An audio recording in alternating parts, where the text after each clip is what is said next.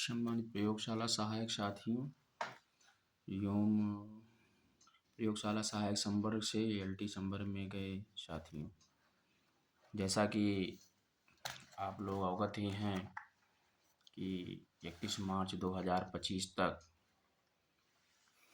पात्र कार्मिकों को राज्य सरकार एवं शासन के शासनादेशानुसार पुरानी पेंशन हेतु सहमति प्रदान किया जाना समीचीन है। सरकार और शासन ने पुरानी पेंशन बहाल करने हेतु पुरानी पेंशन को विकल्प पत्र के जरिए दिए जाने हेतु निर्णय किया जा चुका है। उसी परिप्रेक्ष्य में चिकित्सा एवं स्वास्थ्य सेवाएं स्वास्थ्य भवन महानिदेशक डॉक्टर विजेश राठौर द्वारा दिनांक 29/7/2024 को विषय राष्ट्रीय पेंशन प्रणाली से आच्छादित राज्य सरकार के ऐसे सरकारी सेवक जिनका चयन ऐसे पद रिक्तियों के सापेक्ष हुआ हो जिसका विज्ञापन प्रदेश में नई परिभाषित अंशदान योजना राष्ट्रीय पेंशन प्रणाली लागू किए जाने संबंधी राज्य सरकार की अधिसूचना दिनांक 28/3/2005 के पूर्व हो चुका था को राष्ट्रीय पेंशन प्रणाली के तहत पुरानी पेंशन योजना से आच्छादित किए जाने के संबंध में विकल्प की व्यवस्था प्रदान करने हेतु एक आदेश निर्गत किया था।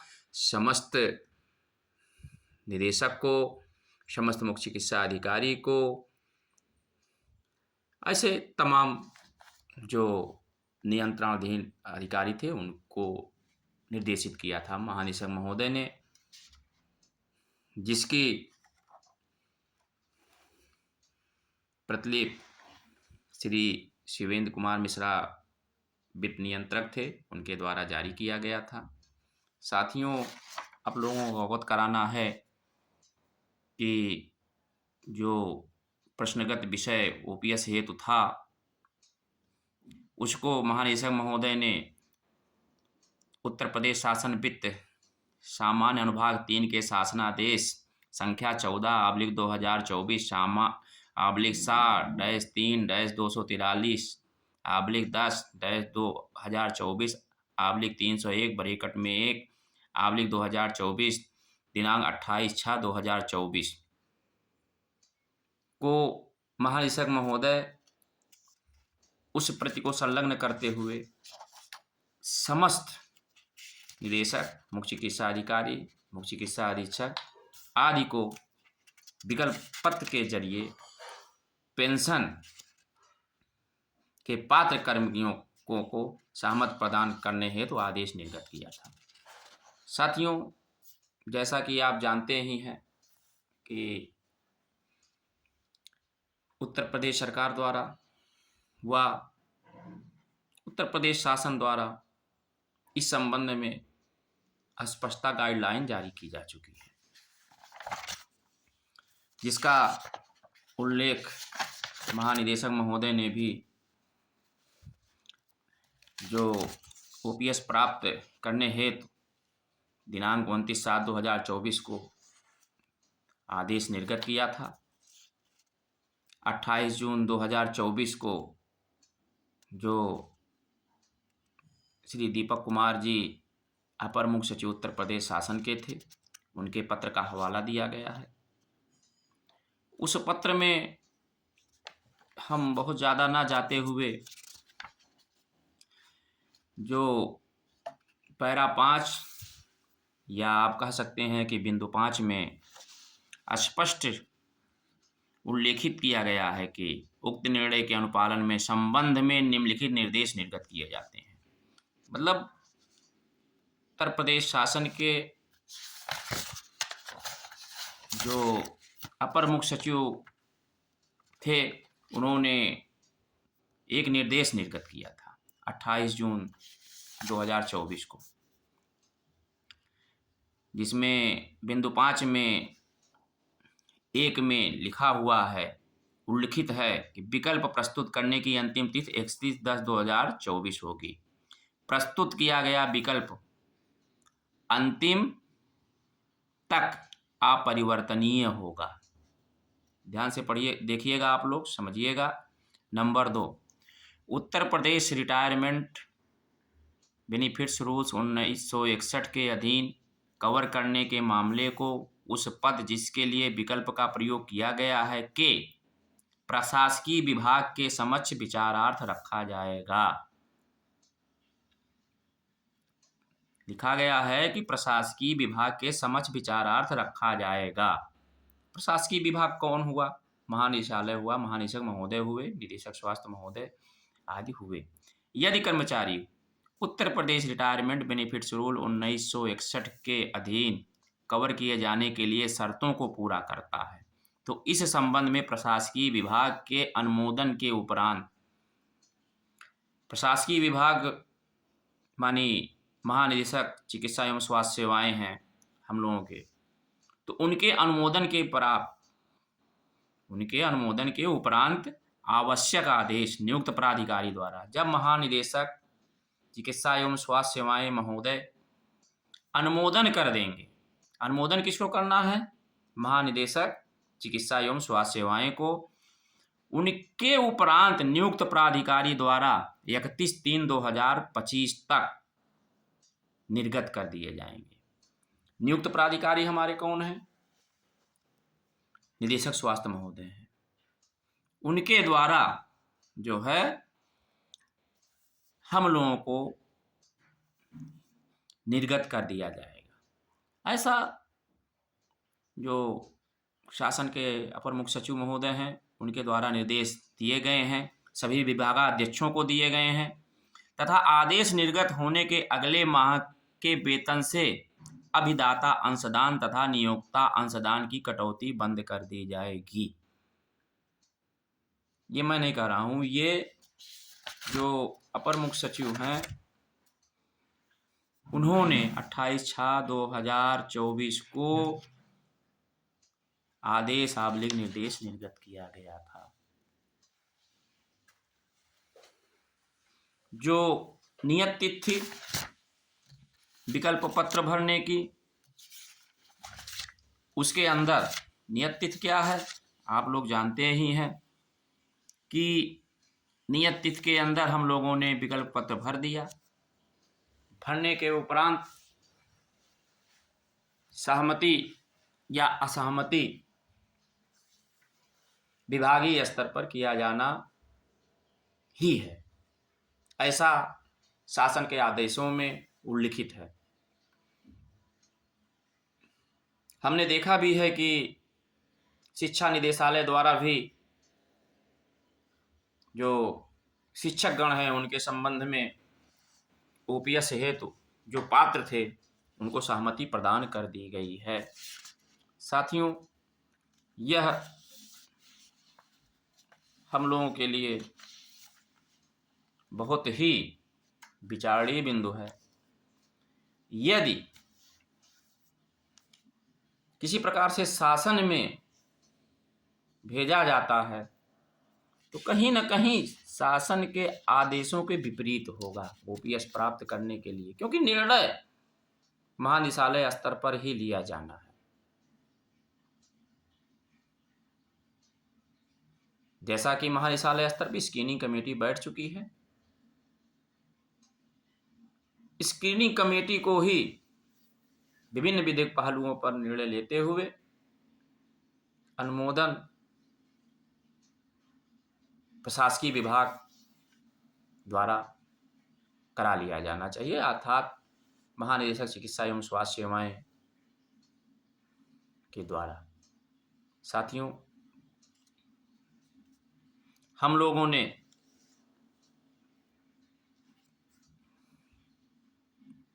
बहुत ही सूक्ष्म तरीके से जो साक्ष्य थे और बहुत ही सुयोग्य तथ्यपरक साक्ष्य हमने प्रस्तुत किए थे, क्योंकि यह भर्ती प्रयोगशाला सहायक ग्राम के लिए जो भर्ती की प्रक्रिया चालू हुई थी सन 1999 में चालू हुई थी।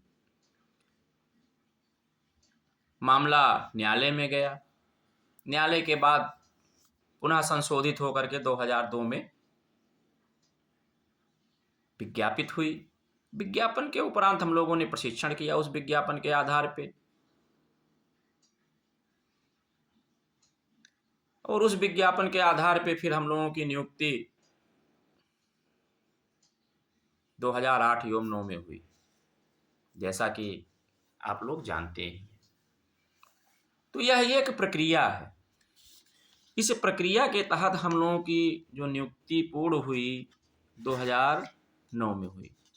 साथियों, यह भी मैं आप लोगों को विशेष रूप से बताना चाहता हूं कि कार्यालय महानिदेशक चिकित्सा एवं स्वास्थ्य सेवाएं द्वारा जो हम लोगों को नियुक्ति पत्र जारी किया गया था, संख्या भी आप लोगों को बता देता हूं। 10वां प्रयोगशाला सहायक ग्राम / 2008, जिसमें मेरी नियुक्ति संख्या है, और दिनांक 27/12/2008 को नियुक्ति पत्र जारी किया गया था। उस नियुक्ति पत्र में बिल्कुल स्पष्ट है,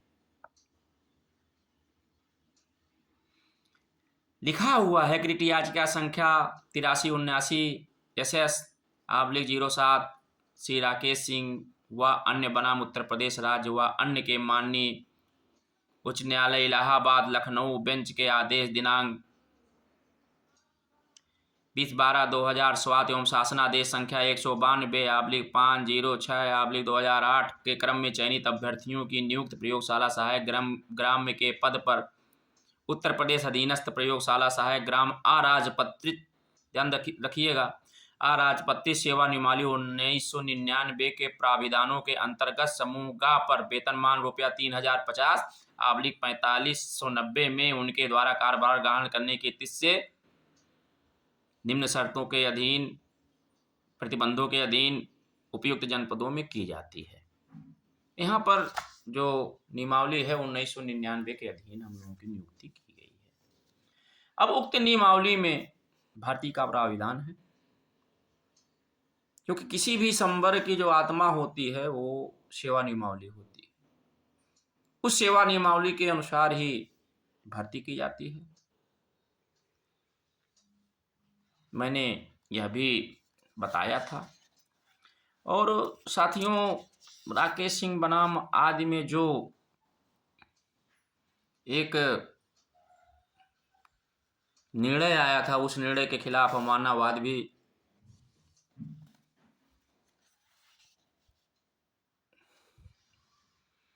की स्थिति बन रही थी, जिसमें न्यायालय द्वारा शपथ पत्र के माध्यम से उस समय की जो principal secretary medical and health थी श्रीमती नीता चौधरी जी, उन्होंने शपथ पत्र भी दिया था। और शपथ पत्र में बिल्कुल ही स्पष्ट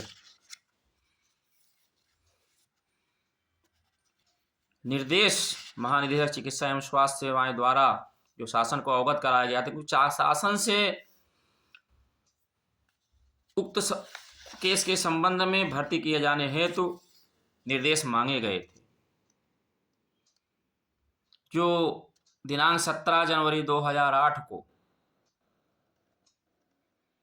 महानिदेशक चिकित्सा एवं स्वास्थ्य सेवाएं ने प्रमुख सचिव चिकित्सा एवं स्वास्थ्य को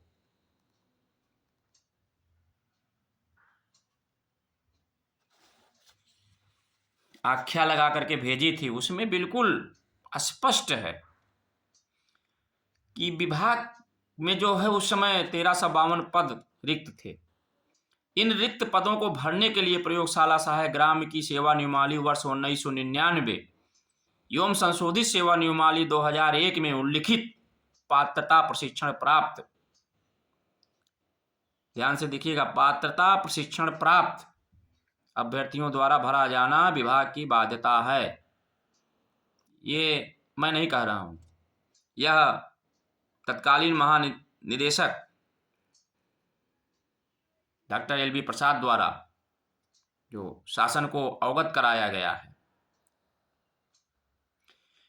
उन्होंने इसी पत्र में लिखा है, इसी क्रम में अवगत कराना है कि बैकलॉग के पदों पर भरे जाने की स्वीकृति 19/10/2007 को प्रदान की जा चुकी है। साथियों,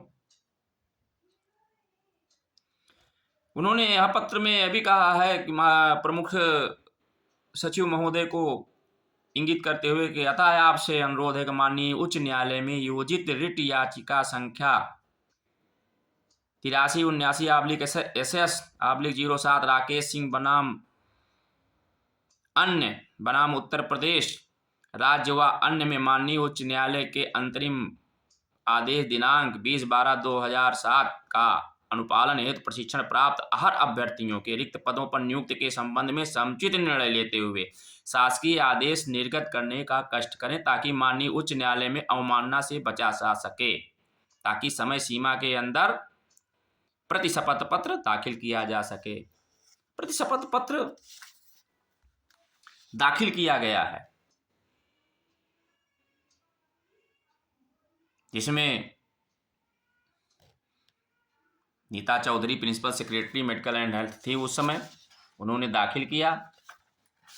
उनके दाखिल करने के उपरांत हम लोगों की नियुक्ति की प्रक्रिया चालू हुई, और जो महानिदेशक तत्कालीन थे उन्होंने जो पत्र भेजा था शासन को,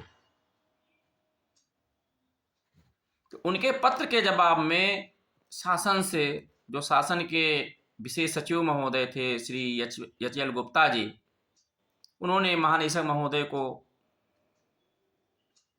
एक आदेश निर्गत किया। उनके लिए लिखा, प्रयोगशाला सहायक ग्राम के रिक्त पदों को भरे जाने के संबंध में महोदय, उपरोक्त विषयक आपके पत्रांक 10/2/7/284 दिनांक 17 जनवरी 2008 के संबंध में सम्यक विचारोपरांत, मतलब शासन स्तर पे भी सम्यक रूप से विचार किया गया है। इस कारण से मुझे यह कहने का निर्देश हुआ कि कार्मिक विभाग के शासनादेश संख्या 20/1/20/91/2/2008 दिनांक 12/2/2008 के द्वारा भर्ती नियुक्त पर लगाए गए प्रतिबंध को समाप्त कर दिया गया है।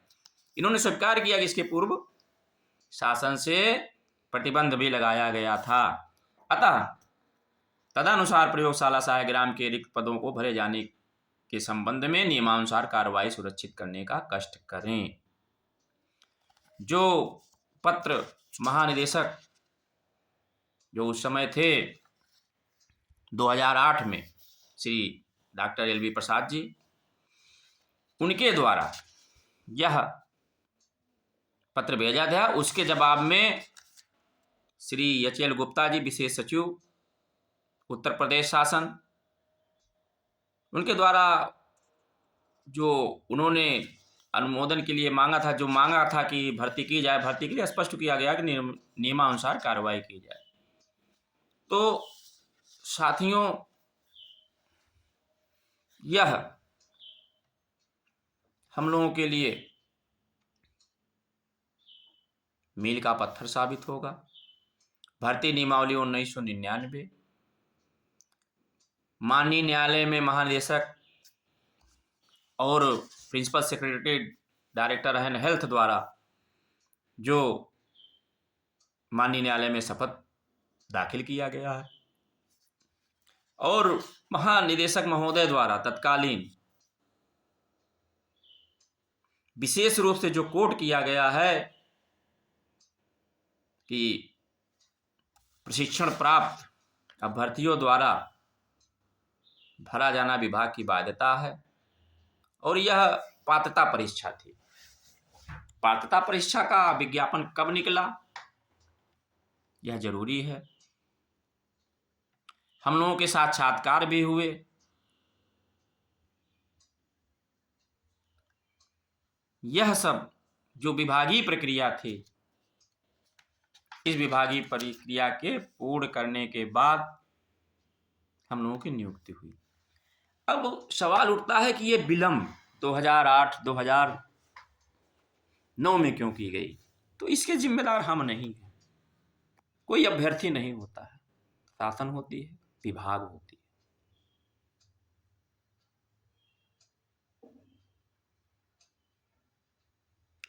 और जो लंबित विलंबित किया गया है इनके द्वारा किया गया है। अधिसूचना की बात की गई है। रिक्त पदों के सापेक्ष जो पेंशन देने के लिए कह गई कि जिनकी अधिसूचना, चूंकि अधिसूचना हम लोगों की 2002 को ही जारी हो चुकी थी रिक्त पदों के सापेक्ष, तो हम लोग पुरानी पेंशन के लिए जो विकल्प पत्र दिया है उसको विभागीय स्तर पे सहमति प्रदान किया जाना समीचीन होगा। भर्ती नियमावली भी यही कहती है। जो प्रतिशपथ पत्र माननीय न्यायालय में दाखिल किया गया है उसके अनुसार यह भी ओपीएस प्रदान करने के सहमति हेतु उचित कारण बनता है। दूसरा, निर्णय विभागीय स्तर पर ही किया जाना ऐसा शासन ने कहा है। शासन के निर्देश में बिल्कुल बिंदु 5, 1 व 2 का अध्ययन करने के बाद स्पष्टतया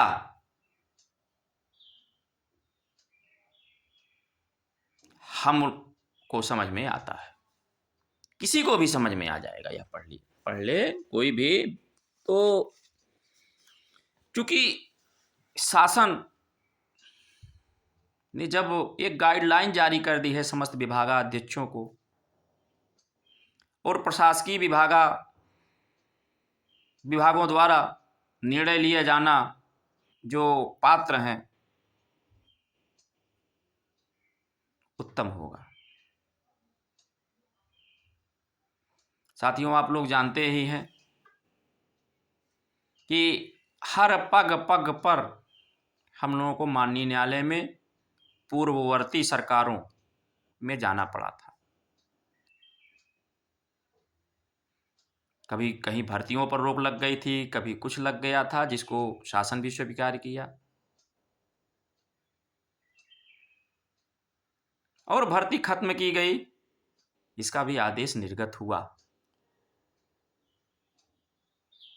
अधिसूचना रिक्त पदों के सापेक्ष जो पद प्रयोगशाला सहायक संवर्ग के भरे जाने थे उसकी 1999 2002 में जारी हो चुके थे। साक्षात्कार नियुक्ति एक प्रक्रिया थी जिस प्रक्रिया का हम लोगों ने अनुपालन किया।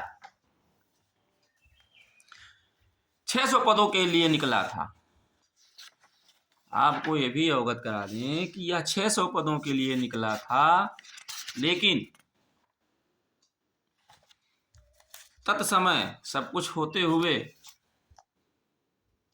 564 लोग या 67 लोग ही उस समय नियुक्ति के लिए उपलब्ध थे। साथियों,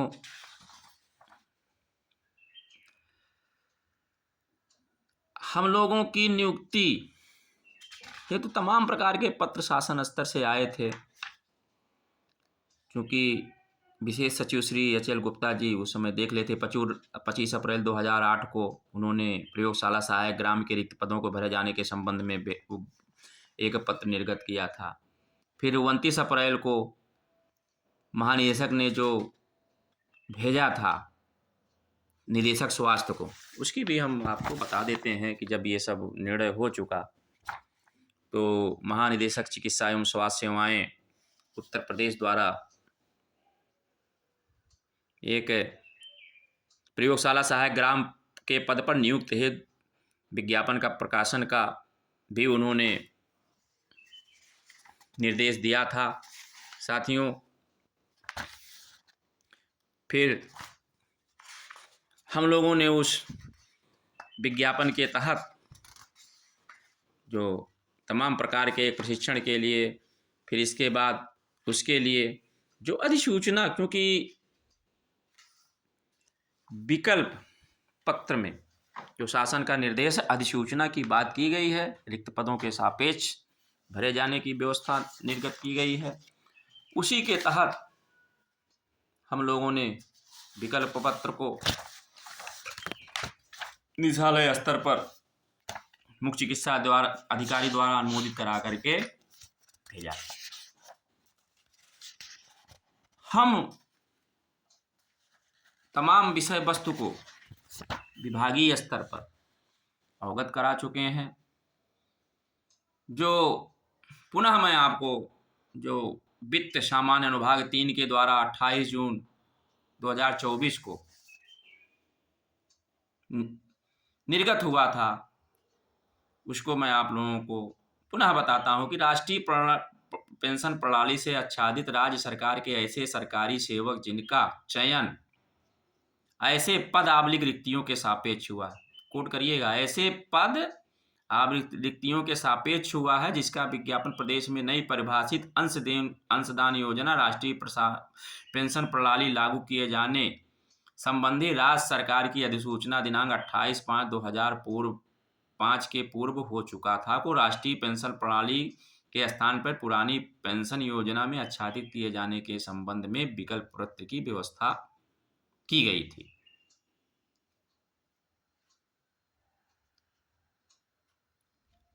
अब चयन ऐसे पद आबलिक रिक्तियों के सापेक्ष, इसमें स्पष्ट लिखा है कि जो अपर मुख्य सचिव उत्तर प्रदेश शासन के वित्त विभाग द्वारा जारी किया गया है, तो हम लोगों का जो विज्ञापन था वो रिक्तियों के सापेक्ष था। यह चीज मैं नहीं कह रहा हूं, तत्कालीन महानिदेशक महोदय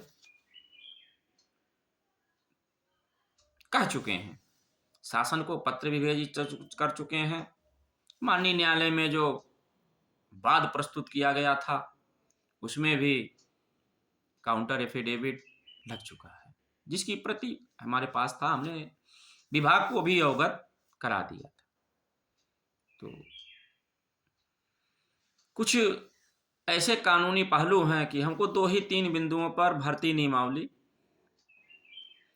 महानिदेशक महोदय द्वारा भर्ती के लिए पात्र प्रशिक्षण प्राप्त अभ्यर्थियों द्वारा भर्ती किए जाने की बाध्यता, और जो नियुक्ति पत्र हम लोगों को मिले थे, ये 3 बिंदु बहुत ही महत्वपूर्ण है। इन बिंदुओं के आधार पर सहमति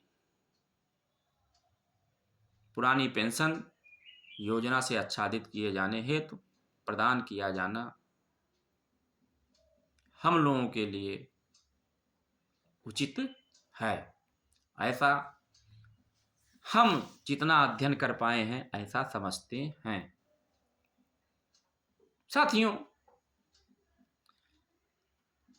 अंतिम निर्णय के बाद जो स्थिति बनेगी देखा जाएगा, लेकिन हमारा यही कहना है कि जिस हिसाब से शासन के द्वारा निर्देश दिए गए हैं, उस निर्देश के क्रम में विभागीय स्तर पर ही इसका सहमति या असहमति का निस्तारण किया जाना चाहिए, जैसा कि हमने अध्ययन किया है।